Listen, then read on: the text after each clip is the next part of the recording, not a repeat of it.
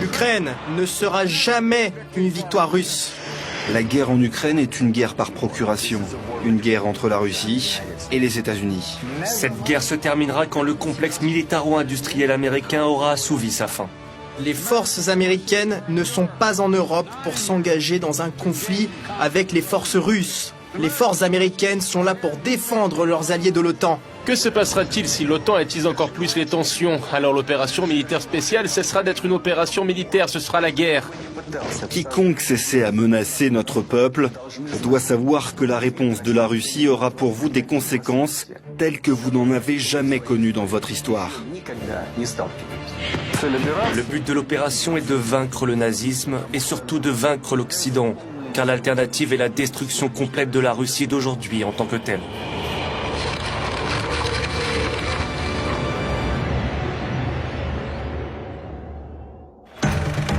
Février 2007, Vladimir Poutine prononce son discours de Munich et pose un nouveau jalon dans l'histoire contemporaine. Beaucoup considèrent ce fameux discours prononcé pendant la conférence sur la sécurité comme un tournant dans les relations entre Moscou et l'Occident. Merci beaucoup. Ce jour-là, Vladimir Poutine s'exprime sans ambiguïté sur les principaux problèmes géopolitiques. Il critique durement le modèle du monde unipolaire, la politique étrangère des États-Unis et le recours injustifié à la force contre les autres États. L'élargissement de l'OTAN n'a rien à voir avec la modernisation de l'Alliance, ni avec la sécurité en Europe. Au contraire, c'est une provocation qui sape sérieusement la confiance mutuelle. Et nous avons légitimement le droit de nous demander contre qui cet élargissement est-il dirigé? Et que sont devenues les assurances données par nos partenaires occidentaux après la dissolution du pacte de Varsovie? La suite des événements, tant ceux de Géorgie que le coup d'État de Maïdan financé par l'Occident, la volonté d'intégrer à tout prix les deux États dans l'OTAN ont causé de nouveaux conflits et provoqué une profonde crise sur la sécurité globale. Les nombreuses tentatives de Moscou pour convenir des règles du jeu en Europe sont restées vaines.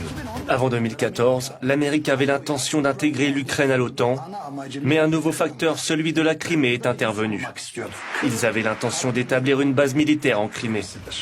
Le 17 mars, un référendum a eu lieu en Crimée. Plus de 96% se sont prononcés pour la réunification à la Russie. Les chiffres parlent d'eux-mêmes.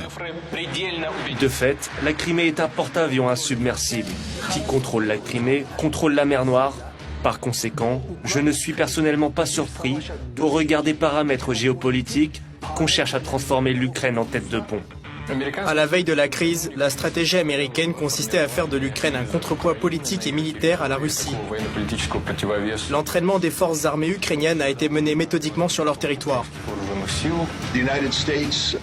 Depuis des années, les États-Unis fournissent l'Ukraine en armes létales et non létales, pour des sommes allant de 100 à 300 millions de dollars par an. En 8 ans de régime nazi au pouvoir à Kiev, les forces armées d'Ukraine ont été sérieusement entraînées. D'une part, l'OTAN les a entraînées à la base de Yavorov et dans d'autres centres. Selon le Pentagone, environ 35 000 hommes sont passés par là. Cela représente un assez haut niveau de préparation, d'autant que tous les instructeurs avaient fait l'Irak, l'Afghanistan. C'étaient donc des spécialistes de l'OTAN ayant l'expérience du combat. Pendant ces 8 années, l'armée ukrainienne a été renforcée en armement. Depuis les visées nocturnes, l'équipement et les armes à feu jusqu'à des stations de brouillage, des postes de reconnaissance d'artillerie. L'an dernier, ils ont commencé à recevoir des drones modernes.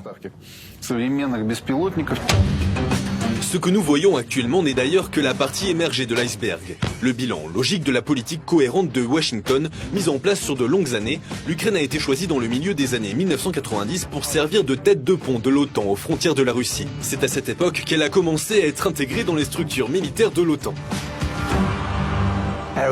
En 2008, George Bush Jr. a dit qu'il voulait que l'Ukraine et la Géorgie entrent au plus tôt à l'OTAN. Ensuite, l'ambassadeur des États-Unis en Russie, William Burns, aujourd'hui directeur de la CIA, a envoyé une note diplomatique. Quand c'est non, c'est non. Ne franchissez pas la ligne rouge s'agissant de l'intégration de l'Ukraine à l'OTAN. On entend dire aujourd'hui que c'est nous qui avons commencé la guerre au Donbass, en Ukraine. Non. Elle a été déclenchée par ce même Occident collectif qui a organisé et soutenu en Ukraine un coup d'État anticonstitutionnel en 2021, puis a encouragé et justifié le génocide des habitants du Donbass. Fin 2021, Kiev concentre 150 000 militaires parfaitement entraînés et armés jusqu'aux dents aux frontières de la RPD et de la RPL. Les données du renseignement sont claires, inutile de se faire des illusions sur d'éventuelles mesures défensives. Une agression militaire ukrainienne de grande ampleur vers le Donbass et la Crimée est en préparation. Les Américains sont allés assez loin. Je n'exclus pas que l'Ukraine était prête à élaborer des armes de destruction massive sur le long terme. La première option était de porter un coup préventif et le sang se mettait à couler sur le territoire de l'Ukraine. La seconde option consistait à attendre que les FAU attaquent et le bain de sang avait lieu au Donbass, sur le territoire du Donbass et celui de la Crimée, avec toutes les conséquences que cela implique pour les civils. Nous avons préféré anticiper et les premiers 10 ou 15 jours, nous étions sur un scénario de guerre éclair.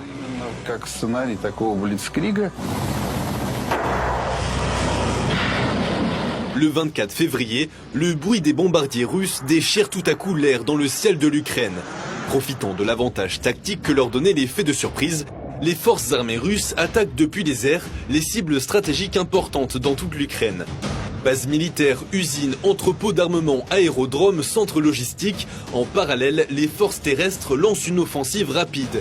Les troupes se dirigent vers Kiev, Tchernigov, Soumy, Kharkov, Kherson et Mariupol, avançant simultanément dans toutes les directions. Il y en a déjà une vingtaine qui sont passés. On ne voit pas les armes ukrainiennes. Ce sont sûrement des Russes. Nous avons pu exécuter une très belle opération de débarquement des troupes aéroportées sur Gostomel. Il est évident que d'un côté, les forces qui étaient concentrées étaient insuffisantes pour prendre Kiev. D'un autre côté, la menace sur Kiev était si réelle qu'elle a obligé l'Ukraine à contre-attaquer pendant les 3 semaines suivantes. En fait, nous avons bloqué 2 groupes, le groupe de Kharkov et celui de Kiev, et nous sommes parvenus à les décimer. Dès le 2e jour de la guerre, j'ai écrit un article dans lequel je suggérais que la guerre et les hostilités dureraient environ jusqu'à juillet ou septembre. La majorité des gens, hommes politiques y compris, disaient que la guerre ne durerait qu'1 ou 2 semaines, 1 mois maximum. Nous vaincrions et l'on reviendrait au statu quo. La Russie ferait retraite parce que nous étions forts, nous avions une armée et l'Occident était avec nous. C'est-à-dire que l'Occident allait faire pression sur vous à l'aide de sanctions et vous devriez vous désintégrer. La Russie représente une menace directe pour notre sécurité.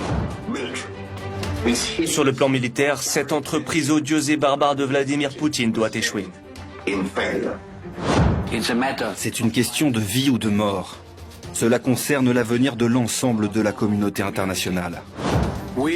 L'Alliance tout entière soutiendra l'Ukraine autant qu'il le faudra pour se convaincre qu'ils ne supporteront pas de défaite en Ukraine.